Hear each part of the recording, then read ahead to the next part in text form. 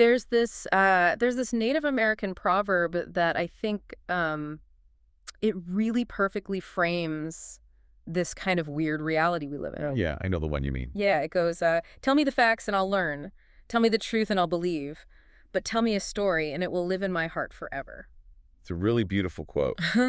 But if we're being completely honest, it's also a little terrifying when you realize just how literally true it is. Terrifying. That's a pretty strong start. I thought we were just doing a deep dive into the power of narrative today. We are. Mm. But today we're looking at a source by David J. Abbott called Stories Connect the Dots. And his whole premise is that stories aren't just, for campfire tales or binging a show on Netflix. Right. He argues they are effectively the invisible operating system of the human world. Like they are the actual software code that runs human civilization, the stock market, and maybe most importantly, your own sanity. It's a huge claim. He's basically saying everything you think is real is just a story you've agreed to believe. Exactly. And for this deep dive, we're going to pop the hood on that engine. We're going to look at it from 3 distinct angles to see how this works. Starting with the evolutionary history, right? Right. How a very specific type of storytelling actually allowed humans to conquer the planet. And then we'll pivot to the messy world of modern economics, specifically looking at artificial intelligence and the stock market, where we will see that value is honestly often just a ghost story we tell ourselves about the future. Yeah, and then finally we'll turn the spotlight inward to what is probably the most dangerous story of all. Which is? The one currently playing on a loop inside your head right now. Oh, man. Okay, so if you're listening to this, I want you to do a little mental inventory as we go. Ask yourself, which stories are you currently buying into right now without even realizing it? Because by the end of this deep dive, you might actually start seeing the cracks in the pavement. Let's start with the big picture then, the evolutionary picture. Okay, so Abbott references the historian Yuval Noah Harari, specifically his book Nexus. And he kicks this whole thing off with a question that I think most of us just take for granted, which is, why do humans rule the world? Right. I mean, we call ourselves Homo sapiens, which translates to wise man. So the easy answer is just, well, we're smarter than the other animals. You would think so. I mean, Yeah. we have the iPhones and the skyscrapers and the space stations, but Harari and Abbott, they push back on that pretty hard. Yeah, they really do. They argue that if you look at our actual history of warfare, environmental destruction, and just general self-sabotage, calling us wise, is actually highly debatable. Yeah, a truly wise species probably wouldn't have invented nuclear weapons and then pointed them at themselves for a half century. Precisely. So if it isn't individual wisdom that put us on top, what is it? Harari argues our dominance actually comes from one specific superpower, and that is flexible cooperation. Okay, let's unpack flexible cooperation, because animals cooperate too, don't they? Like wolves hunt in packs, bees have hives. What makes our cooperation so different? There is a massive difference. And Abbott uses a really great comparison here to illustrate it. Think about chimpanzees versus ants. Okay, I'm picturing it. Chimps and ants. Right, so chimps are very smart. They can cooperate quite flexibly. They maneuver politically within their groups. They hunt together. They groom each other. But they can only do it in very small numbers. Because they have to know each other personally, right? Like, it relies on intimacy. Exactly. A chimp is never going to cooperate with a total stranger chimp. If a strange chimp wanders into their territory, it's not a trade deal that happens. It's a war. So you're never going to see 1,000 chimps organizing a complex trade route. Never. They hit a hard ceiling on scale. Okay, so chimps have flexibility but no scale. What about the ants? Ants are the complete opposite. They cooperate in massive numbers. You have millions of them in a single colony, all working together perfectly. But they aren't flexible at all. They're completely rigid. Right, an ant colony can't just wake up one morning and say, you know what, we're tired of this monarchy. Let's overthrow the queen and set up a representative democracy. No, they definitely cannot. They are genetically programmed to do one specific thing. If their environment changes drastically, they can't just rewrite their social code overnight to adapt. So chimps are flexible, but small scale. Ants have huge scale, but they're rigid. And humans. We are the unicorn here. We are the only species on the planet that can do both. We can cooperate flexibly, and we can do it in unlimited numbers. Which begs the question, how? Exactly. How do I cooperate with someone I have never met who lives on the exact opposite side of the planet to build a smartphone or trade a stock? And this is where the story comes in. That is the mechanism. We don't need to know each other personally. We just need to know the same story. And the story acts like a central connector. Yeah, like a universal plug. Yeah. If we both plug into the same narrative, We can work together seamlessly. And Abbott lists some pretty staggering examples of this in the article. Take the Catholic Church, for instance. That's 1.4 billion people. Right.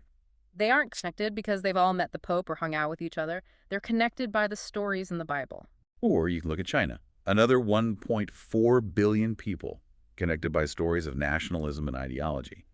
Or even bigger, look at the 8 billion people in the global trade network. Now that's the one that always trips me up, because money is just a story, isn't it? It is the ultimate story. Think about it.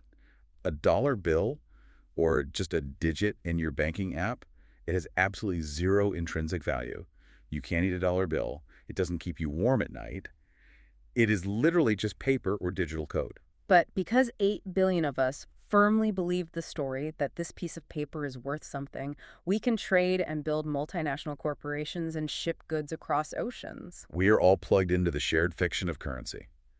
And if that story ever breaks, if people just suddenly stop believing the dollar has value, the cooperation collapses instantly. So Harari's main point is that the story is the mechanism that allows us to scale up. Without the story, we are basically just individual chimps trying to survive in the woods. Precisely. We rule the world because we are the storytelling animal. Okay, so that explains how we got here. We told stories about gods and nations and money to build civilization. But I want to fast forward to right now. Let's be like, Because this storytelling mechanism isn't just ancient history. It is driving the absolute biggest conversations in business today. right. And there is no bigger conversation happening right now than artificial intelligence. Oh, absolutely. And talk about competing stories. Depending on who you listen to, AI is either the greatest productivity miracle since the steam engine, or it's a giant bubble that's about to burst and leave everyone broke. And Abbott points out something incredibly crucial here. There is no single accepted fact yet. We're living in a moment where two very different stories are fighting for dominance. And the wild part is the data actually supports both of them, depending on how you look at it. Okay, let's break these down. Let's look at story A first. This is the optimist story. Right. The AI is a miracle narrative. Abbott cites a 2023 study from MIT researchers, and they found that implementing AI increased worker performance by nearly 40% compared to those who didn't use it. 40% is massive. I mean, in the corporate world, managers will kill for a 2% gain. If you tell a CEO they can get 40%, they are going to throw billions of dollars at that technology. Exactly. That is the narrative driving the massive stock prices of companies like NVIDIA and Microsoft right now. It's the boom story. Right. But then you have story B, the skeptic's story. And this one is backed by the U.S. National Bureau of Economic Research, or NBER. And their data paints a very, very different picture. It really does. They looked at 6,000 executives, CEOs, CFOs across the UK, Germany, and Australia, Yeah. real high-level decision makers. Yeah. And nearly 90% of those firms said AI has had zero impact on employment or productivity over the last 3 years. Wait, 90%? That seems impossibly high. How can 90% of firms see absolute zero impact if the MIT study says it boosts performance by 40%? Because there is a huge difference between potential and adoption. The NBER study found that while about 2/3 of those executives say they quote-unquote use AI, probably just to sound visionary to their investors, the actual usage among their workers is only about 1.5 hours per week, and 25% aren't using it at all. So we have the MIT story saying productivity is up 40%, and the NBER story saying we barely touched the stuff and it hasn't changed a thing. These feel like two parallel universes. They do. But this is where looking at history really helps us connect the dots. Abbott brings up the economist Robert Solow to explain this exact discrepancy. Oh, the Solow paradox. I remember hearing about this in college. Yes, so back in 1987, the computer revolution was in full swing.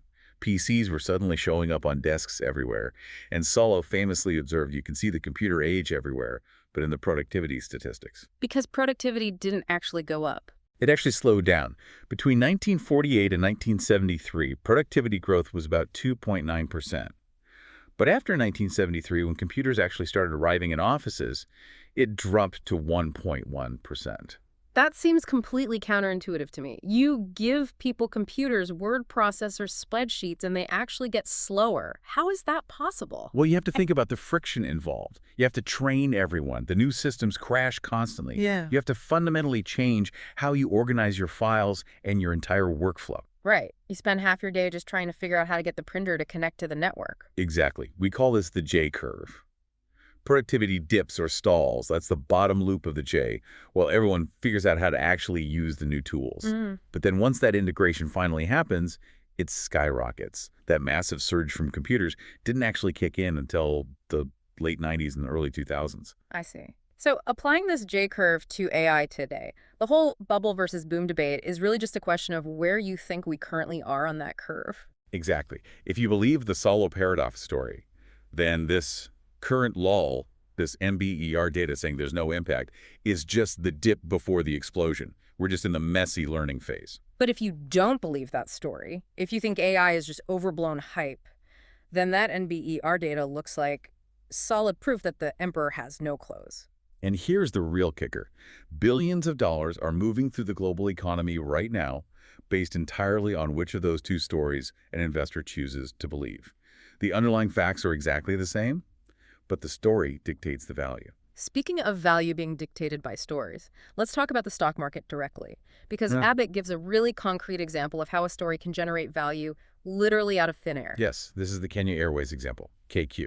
Right, so let's look at the timeline here. Early January 2026, KQ's share price is sitting at a low of 3.54 Kenyan shillings on January 5th. Pretty low. The airline had been struggling. Then a story starts circulating in the press. Rumors that KQ is looking for a world-class investor partner, and names like Singapore Airlines and Qatar Airways start getting thrown around. And note that these are purely rumors at this point. No contracts are signed, no new planes are delivered, no actual cash is transferred hands. But the story takes hold. And by January 28th, so less than a month later, the share price jumps to 5.52 shillings. That is roughly a 56% return on investment in just 3 weeks. 56%. If you had put money in on January 5th, you'd be feeling like an absolute genius by the 28th. But here is the critical insight that Abbott makes about this. Yeah. In those 3 weeks, did the planes fly any faster? No. Did the seats get any more comfortable? Did the in-flight food magically taste better? Did the pilots suddenly get better training? Definitely not. The airline was physically and operationally identical on January 28th as it was on January 5th. Exactly. The tangible reality did not change one bit. The only thing that changed was the story that investors were telling themselves about the future. They plugged into a new narrative, let's call it the rescue narrative or the partnership narrative, and that narrative alone created real financial value. It really makes you wonder how much of the business world is just storytelling disguised as strategy. Abbott suggests most of it, actually. Oh. He asks, do stories like get rich quick define the world of business?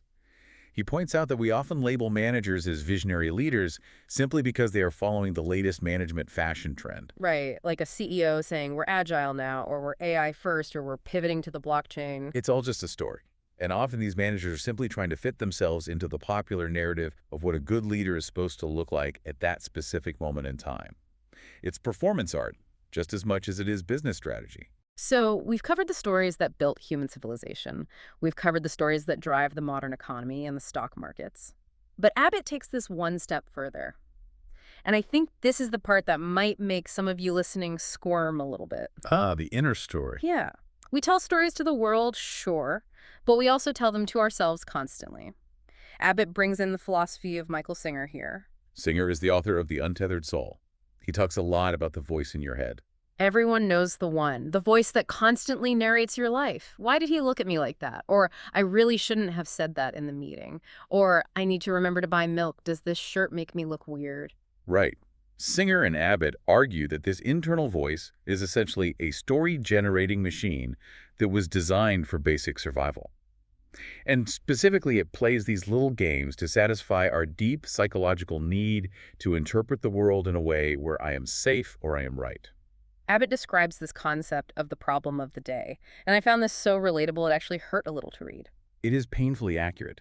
The idea is that every single person at any given moment has a specific problem that is bothering them. Maybe it's a tight deadline at work. Maybe it's a stupid argument with a spouse. Maybe it's just a weird noise your car is making. Right. That becomes your problem of the day. It totally consumes your attention. And you think to yourself, if I can just solve this one thing, everything will finally be okay and I can relax. But here's the trap. As soon as you solve it, you meet the deadline, you fix the car. Does your mind actually just go quiet and peaceful? Never. Not for more than maybe 5 minutes. No. The mind immediately invents or locates the very next problem. Oh, the car is fixed? Great. Now let's start worrying about your cholesterol levels. It's just a never-ending conveyor belt of anxiety. Why do we do this to ourselves? Why can't we just be chill? Singer argues that your mind does this simply to keep you occupied. It's desperately trying to exert control over a deeply chaotic world. Abbott quotes this incredibly vivid image from the source material to explain the real stakes here. He says we're trying to control everything while living on a spinning green planet that hurtles through an endless dark space. Whoa. When you zoom out that far, worrying about whether my email sounded too passive-aggressive seems pretty silly. That is exactly the point. Our internal chatter, our inner story, has absolutely no control over the terrifying reality of being on a spinning planet in endless dark space. That ultimate lack of control is deeply terrifying to the human ego. So the mind creates these little localized drama, these problems of the day, to give you something manageable to focus on and control. So the story is essentially a shield. Whether it's the story of money or the story of AI or the story of why I'm annoyed at my neighbor right now, they are all just overlays on reality to make us feel safe. Exactly. And the suffering really comes in when we mistake the story for the actual truth. We constantly try to fix our inner problems, our insecurities, our fears, by winning these external games. We think if I just get that promotion and change the story of my career, then I'll be happy. Or if I just make that 56% return on Kenya Airways, I'll finally feel secure. But the mind just finds a new problem anyway. Exactly. Yep. Because you haven't actually changed the storyteller. You just changed the script. You're still looking for external solutions to fix an internal mechanism. This really connects perfectly back to Harari's point from the beginning, doesn't it? We are the storytelling animal. It is our greatest evolutionary superpower, but it's also our biggest trap. It really is. It allows us to cooperate with billions of strangers to build skyscrapers and international space stations, but it also traps us in these tiny bubbles of anxiety and delusion while we sit inside those very same skyscrapers. So what does this all mean for you listening right now? If everything that's a lay mind, their own daily thoughts, is just a story, isn't that kind of depressing? Like, is nothing actually real? I don't think it's depressing at all. I actually think it's incredibly empowering. But the key word here is humility. Humility. How Because so? we need the humility to realize that the voice in our head or the latest stock market trend or even the political ideology we cling to so tightly, it is just a narrative. It's a tool we use to navigate the world. It's not necessarily the absolute objective truth. Right. Just because you think something doesn't mean it's an undeniable fact. Just because the market says a company is worth X doesn't mean that's its fundamental real-world value. Exactly. When you see a stock jump 56% on a rumor, recognize it as a story taking hold of the crowd. When you see a fierce debate about AI, recognize it as two competing stories trying to shape the future. And most importantly, when you feel that anxiety spiking in your chest about your problem of the day, recognize it as just your mind trying to create a sense of order out of a chaotic universe. That is a really powerful shift in perspective. Instead of being the character trapped inside the story, blindly reacting to every plot twist, you become the person sitting in the theater just watching the movie. You become the observer of the story, and taking that step back gives you a choice. You can consciously choose which stories to plug yourself into, and you can choose when to just step out of the drama entirely. We have covered a massive amount of ground today, from chimps and ants to the Solo paradox to the spinning green planet. It has been quite a journey. And I think we've definitely proven Abbott's central point. Stories really do connect the dots. They are the invisible lines we constantly draw between isolated facts to make sense of our entire existence. And without them, we would just be lonely apes on a rock. Lonely apes on a rock. I like that. But very smart apes. Well, highly flexible apes at the very least. But before we wrap up this deep dive, we want to leave you with one final thought to chew on. We talked about Michael Singer's idea that your mind creates a problem of the day just to keep you busy, to keep you from facing the vastness of that endless dark space. Right. So here is the question for you.